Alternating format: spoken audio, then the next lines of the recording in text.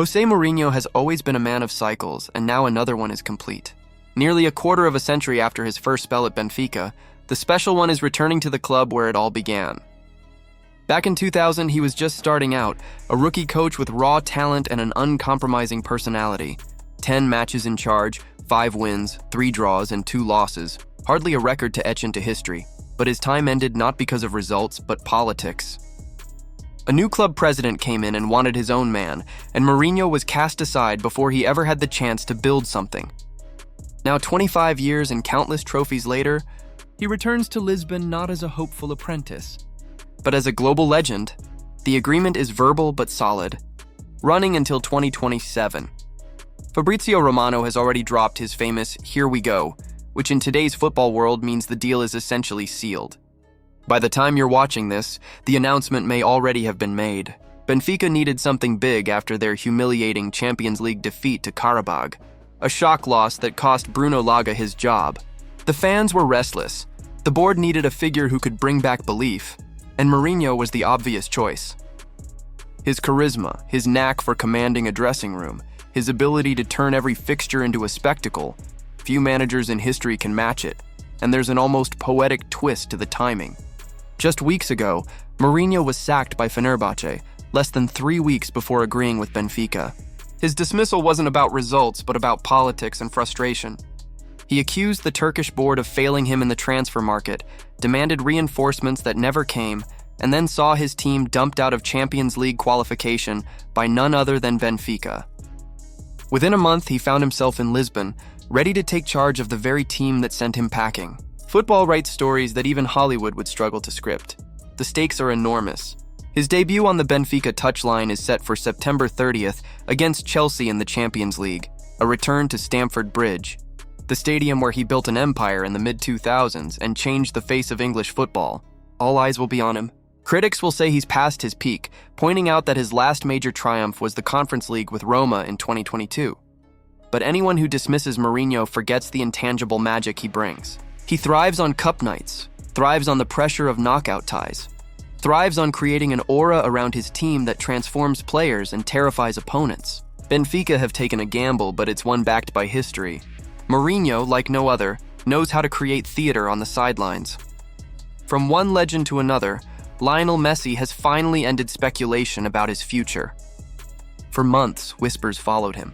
Would he reunite with Cristiano Ronaldo in Saudi Arabia, or go home to Newell's Old Boys in Argentina? But the answer has surprised many. He's staying at Inter Miami. ESPN reports that he's close to finalizing a new multi-year deal, extending his current contract, which runs until the end of 2025. This would keep him in the MLS through at least 2028, right through the 2026 World Cup and the opening of Miami's brand new stadium, Miami Freedom Park. It's the perfect marriage of legend and ambition. Since arriving in 2023, Messi has completely transformed Inter Miami. He dragged the club to their first ever trophy, the League's Cup. In 2024, he broke the MLS regular season scoring record, captured the Supporters' Shield, and claimed MVP. He has turned the Herons into something bigger than a club. They are now a global brand, with Messi as their figurehead. For MLS, the extension is just as vital. He is not just a player. He's an industry, a magnet, a beacon drawing in millions of new fans. With the World Cup looming on American soil, ensuring Messi is part of that story is priceless. His career will likely end in Miami pink, and the league wouldn't have it any other way. Meanwhile, Liverpool are carefully watching the chaos at Barcelona. Ronald Araujo, once hailed as the immovable rock at the heart of their defense, is no longer guaranteed a starting spot under Hansi Flick. The Uruguayan began the season in the Albintians, but has since been benched, and whispers suggest his camp is already exploring a way out. He's 26 in his prime and desperate for stability. Liverpool, facing the possible exit of Ibrahima Konate to Real Madrid, see Araujo as the perfect replacement. The situation is fragile. Konate's deal at Anfield is stalling, and from January he can legally sign a pre-contract with Real. Reports say Madrid are even willing to pay $40 million this winter to bring him in early. That leaves Liverpool in a race against time. Araujo is valued at around $50 million, a figure that makes sense if Konate departs. With Virgil van Dijk aging, Slot and his staff see Araujo as the natural pillar to build the next defensive dynasty upon. Juventus are sniffing around too, but they lack the financial muscle to compete. Araujo himself is thought to prefer the Premier League.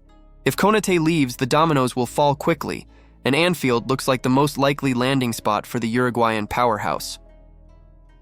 Elsewhere in Madrid, another drama is unfolding, this time involving the teenage prodigy Endrick. Signed with immense hype, his arrival at Real Madrid has not gone as planned. Opportunities are scarce, competition is brutal, and injuries have slowed his rhythm. At just 18, he's already worried that a lack of playing time will cost him his dream, representing Brazil at the upcoming World Cup. Spanish media reports suggest that Real may loan him out. With Valencia and Celta Vigo the most likely destinations, it's a painful reality. At Palmeiras, Endrick looked like a phenomenon, valued at $60 million. Today, that valuation has plummeted to around $35 million. Without regular football, the fear is that his trajectory could mirror other young talents swallowed by the Bernabeu's unforgiving spotlight. A loan is no longer just a possibility, it feels like a necessity. For Real, it's about protecting their investment. For Endrick, it's about proving he's more than hype, showing he can handle the grind of top-level football, even if it's away from Madrid's bright lights. And then there's Barcelona again, facing a financial storm and a decision they don't want to make. PSG have set their sights on Dani Olmo. Luis Enrique knows him well from the Spanish national team and is convinced the midfielder can unlock new dimensions in Paris. Olmo arrived at Barca from RB Leipzig with big expectations, and his debut season was solid, 43 games, 12 goals, 8 assists. But this year, injuries and competition have stalled him. Just 1 assist in 4 matches, his starting place under threat, and whispers that Barcelona might be ready to cash in. The price tag? $70 million. For PSG, that's not an outrageous sum, especially given their need for a creative midfielder. For Barcelona, it's a lifeline, a way to plug financial holes and clear space for young talents like Fermin Lopez. Olmo's agent has already met with Deco, Barcelona's sporting director, to quietly discuss the player's future. The writing is on the wall. If PSG want him, they're in pole position to make it happen. The only question is whether they'll pay the full price or leverage Barca's desperation to get a cheaper deal. So here we are, with football's great carousel spinning faster than ever. Mourinho is back where it all began, ready to spark Benfica with his trademark fire. Messi has chosen Miami as his final stage, a decision that reshapes the future of MLS. Liverpool prepared to rebuild their backline, eyeing Araujo as a cornerstone while Real Madrid toy with the fate of Endrick. And PSG circle like sharks, ready to swoop for Dani Olmo as Barcelona once again wrestle with their finances. The stories are layered with irony, ambition, and inevitability. Mourinho faces Chelsea on his Benfica debut. Messi stays in Miami for a World Cup in America. Araujo could become the Rock of Anfield just as Barcelona give up on him. And PSG may strengthen by exploiting Barca's weakness. What do you think? Will Mourinho bring Benfica back to glory, or is this a romantic reunion doomed to disappoint? Is Messi right to settle in Miami for the twilight of his career? And would Araujo transform Liverpool's defense if Konate leaves? Let us know in the comments below. And if you enjoyed this breakdown of football's latest drama, don't forget to like the video, subscribe, and hit the bell so you never miss the next big story.